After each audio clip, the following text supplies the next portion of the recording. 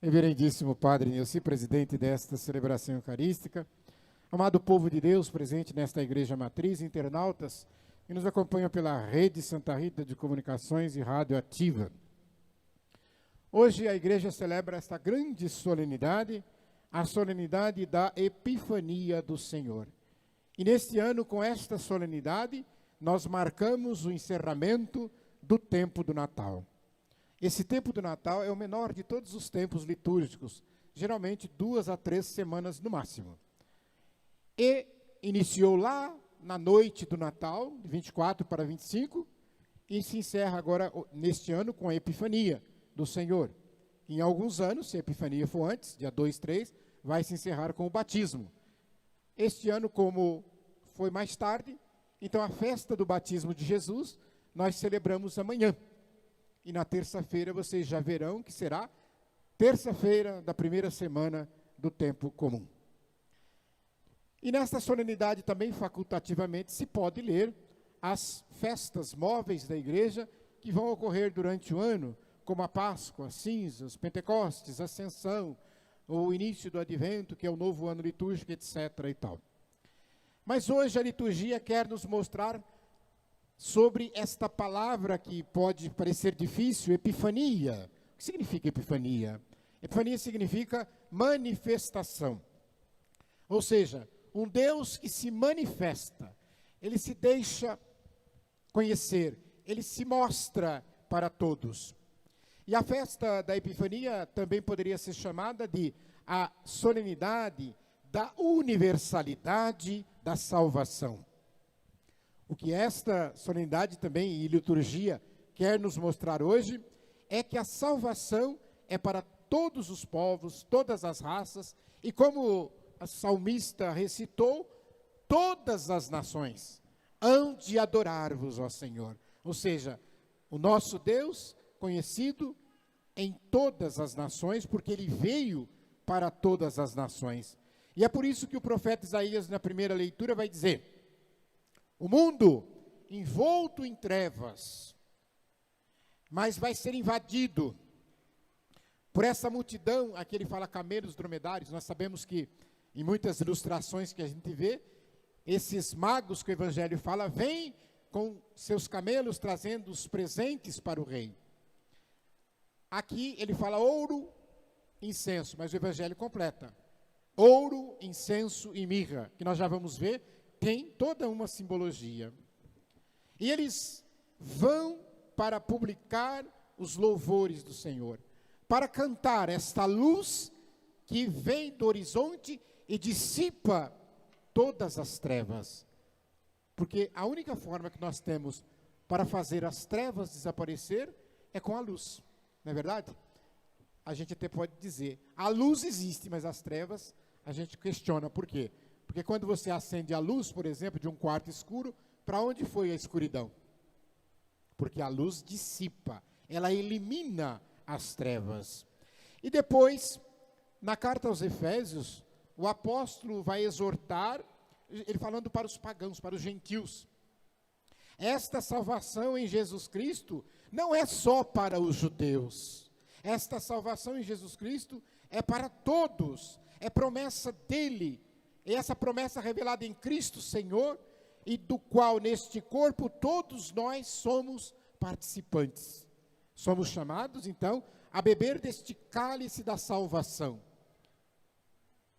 E quando eu falei para vocês que a Epifania significa a manifestação, significa a universalidade da salvação oferecida a toda a humanidade, nós lembramos aqui a figura dos magos que a gente fala.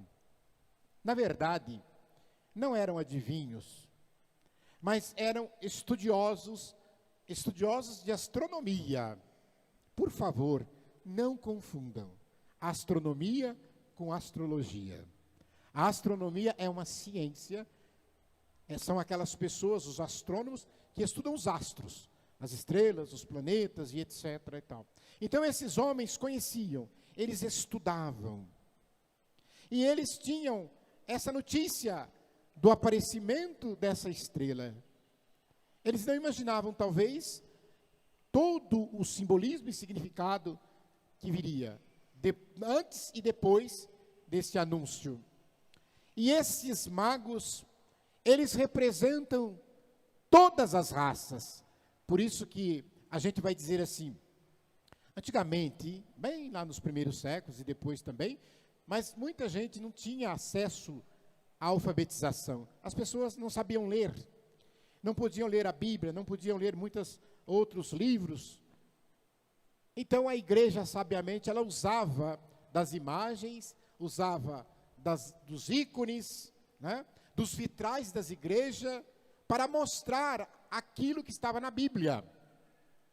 Então nós vemos no presépio a figura dos magos, estes 3 reis que a gente fala, porque eles representam então todas as nações, todos os povos, todas as raças. Por isso que a gente olhando assim para aqueles que observam essas coisas, né? Porque hoje a gente vê presépio de qualquer jeito, mas um deles representa a raça branca, o outro representa a raça negra, e o outro representa a amarela, simbolizando os povos asiáticos, simbolizando os indígenas também, poderíamos assim dizer, ou seja, simbolizando todos. Os nomes deles também têm essa simbologia do seu significado. Nós conhecemos, às vezes, o povo, molecada, hoje eu posso pagar quanto quiser, que eu acho que nenhuma acerta o nome dos 3 reis, né? Alguns de vocês sabem? Nenhuma, né? Ninguém sabe mais. Mas antigamente a gente sabia, né? Que tinha essas tradições, Gaspar, Melchior e Baltazar, né?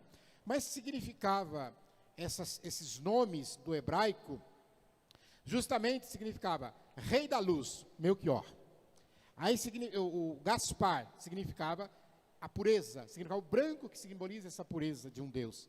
E Bitzarré, ou Baltazar, é o rei dos tesouros, porque traz o tesouro para aquele que é o maior tesouro de toda a nossa humanidade. Então veja bem, eles caminhando, seguindo a estrela, quando eles se aproximam da grande cidade, a grande cidade é o lugar do barulho, é o lugar das luzes artificiais. Prestem atenção, eles perdem a estrela, porque as luzes artificiais, elas atrapalham. Quando você quer ver um céu nítido, bonito, com as estrelas, etc. Tal, você tem que ir para um lugar escuro. Você vai para o meio do mato, na roça, você olha para o céu, aquela coisa mais linda. Mas aqui na cidade, as luzes atrapalham, a gente não vê muito. E ali na grande cidade, eles foram no palácio do rei.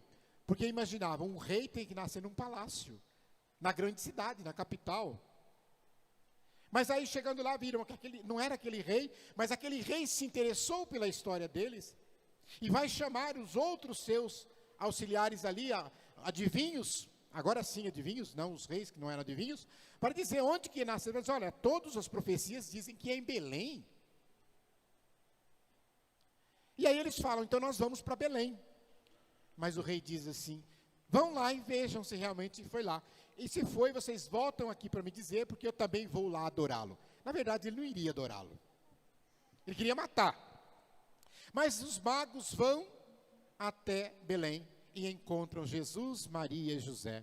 E entregam, então, os seus presentes. Olha que bonito. Esses presentes também têm significados teológicos, litúrgicos. Se nós observarmos ouro, incenso e mirra. O ouro, até nas tradições antigas, quando se vai dar presente para um rei, até hoje a gente vê quando um chefe de Estado, mesmo não sendo rei, vai dar presente para outro chefe de Estado, esse presente tem que ser de metal precioso, geralmente tem que ser de ouro. É falta de educação um rei dar presente, por exemplo, para uma rainha ou para um rei, que não seja metal precioso, que não seja pedra preciosa, brilhantes, etc.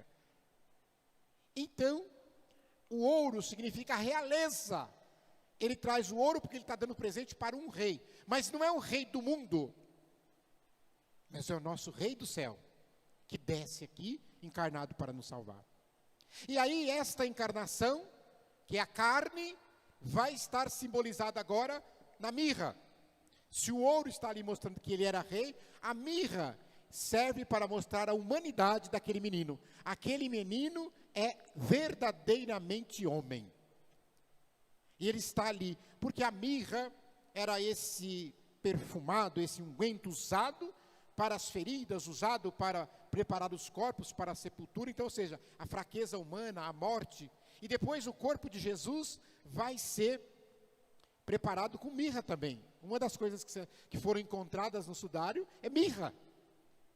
E aí vejam bem a humanidade representada na mirra. E por fim, o incenso. O incenso, para que a gente usa incenso? No Antigo Testamento se falava, o incenso é para Deus.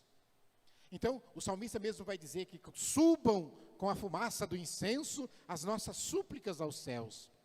Então a gente incensa a Deus. O incenso simboliza Deus. Então aquele menino é verdadeiramente homem, mas ele também é verdadeiramente Deus. Por isso o presente do incenso. E aqui eu faço um parênteses para dizer uma coisa que eu acho tão bonita, tão bela, que é justamente quando a gente vai incensar, né? A gente incensa a Deus, mas a gente também, se pararmos para prestar atenção, né? A gente incensa, eu não vou falar ductuído, que vocês não vão saber nada aqui, vocês têm que saber. Mas a gente incensa 3 vezes. Se vocês prestarem atenção nas missas em que se usa o turíbulo, você vai ver que o padre ali vai incensar o altar. Quando ele chega diante de Deus, incensa-se 3. Também quando vai incensar na consagração é 3. Agora, olha que interessante. E quando a gente incensa a nossa humanidade, também, se vocês prestarem atenção, são 3. Quando eu ou o acólito incensa o padre, e depois quando vem aqui para incensar vocês. Essa imagem e semelhança nossa de Cristo, de Deus. A nossa humanidade se reveste da humanidade de Cristo, aquele menino que é verdadeiramente homem, verdadeiramente Deus, e que está ali naquela manjedoura. Então veja bem, meus irmãos, que nós devemos prestar atenção quando esses reis se deparam com o palácio de Herodes. O palácio de Herodes significa as tentações do mundo. Eles nos distraem. Esses reis magos não se deixaram distrair. O que seria o palácio de Herodes será hoje? Talvez os shopping centers. Os grandes shoppings. Porque tem gente que não pode ficar 1 hora na missa no domingo, mas fica a tarde inteira no shopping center. Almoça, compra, gasta, passeia, vai no cinema, come pipoca, depois come o lanche da noite e vem embora. Todo domingo. Não nos deixemos ser traídos. E quando eu falei para vocês da igreja usar a simbologia dos quadros, dos ícones, uma riqueza que nós temos no Brasil, é claro que foi trazida de Portugal. Porque eu não sei se vocês sabem, mas em Portugal, na Espanha, na Itália, eles dão tanta importância para essa solenidade que ela é celebrada dia 6 de janeiro, e o dia 6 de janeiro, que é o dia da Epifania, é feriado nesses países. E aqui no Brasil, então, a gente também chama de Santos Reis, como o padre lembrou no início da missa. É a festa de Santos Reis. Mas aí a igreja, sabiamente, não quer exaltar os Santos Reis, quer exaltar aquele que os Santos Reis vieram adorar, que é justamente Jesus. Então é a festa do Senhor, da sua manifestação. Mas aí, os portugueses trouxeram, e a gente tem muito aqui na nossa região, em Minas Gerais, aquilo que nós conhecemos por companhias de Santos Reis. Todo mundo aqui já ouviu falar, talvez, né? Ou o pessoal fala folia, mas não é folia no sentido da bagunça, é no sentido daquele grupo de pessoas que nesta devoção popular se juntam e saem pelas casas, principalmente na zona rural, pelas fazendas, cantando justamente o nascimento do menino, anunciando que o Salvador nasceu. Aquela canção que é 25 de dezembro, todo mundo conhece. Então, eles saem anunciando de casa em casa. E aí eles vão anunciando até o dia 6 de janeiro, quando eles então fazem aquela triunfal chegada com aquela grande festa do povo. Uma companhia de Santos Reis geralmente tem 12, 15 pessoas no máximo. Mas eles quando vão nas casas, todas as casas que eles chegam tem café, tem bolacha, servem as coisas. Mas eles têm aquela casa que ele vai almoçar e aquela casa que ele vai jantar. O almoço geralmente 3 horas da tarde, a janta geralmente 10 horas da noite. É aquela fartura, aquele tacho de galinha caipira, tacho de carne moída com batata, macarronada, arroz, feijão, salada, carne de porco. E aquilo o povo come até se refestelar. Mas é bonito ver a simplicidade com que eles narram essa imagem do presépio que nós temos diante de nós, mas que tem toda esta simbologia que eu acabei de falar para vocês. São João Crisóstomo diz assim: os magos viram a estrela porque eles estavam a caminho. Eles não ficaram esperando para ver a estrela para entrar. Então isso serve para dizer para nós que nós também devemos nos colocar a caminho. E aí no caminho a gente vai fazendo os encontros. No caminho Deus vai mostrando a direção correta. Mas o importante é ir em frente. O importante é caminhar ao encontro de Jesus, como também eles caminharam dias e noites ao encontro de Jesus. Que nós também possamos fazer da nossa vida uma caminhada, para que quando nós morrermos, a grande epifania seja quando estivermos diante de Deus e Ele se manifestar a nós. Vinde, benditos de meu Pai. E eu encerro esta reflexão, lembrando com vocês uma canção bonita. Por que eu acho ela bonita? Porque ela consegue traduzir muitos elementos da teologia, da liturgia, quando essa canção diz assim, do oratório, quando ela fala da manjedoura, e nós podemos dizer que a manjedoura é a igreja, porque na manjedoura se encontra Cristo, e na igreja se encontra também Cristo como cabeça, do qual nós somos o corpo.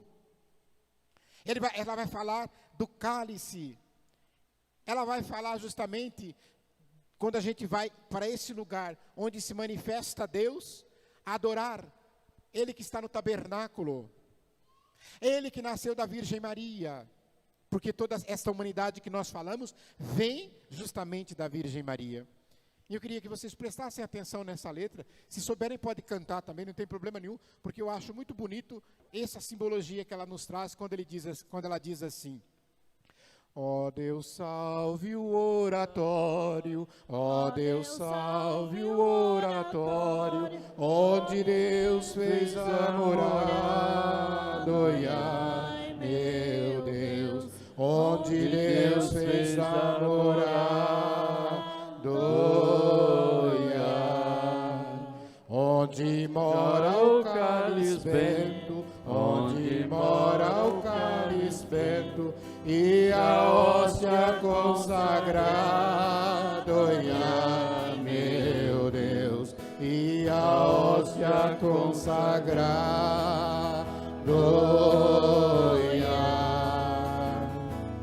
de Jessé nasceu a vara, de Jessé nasceu a vara, da vara nasceu a flor, ai meu Deus, da vara nasceu a flor, ai.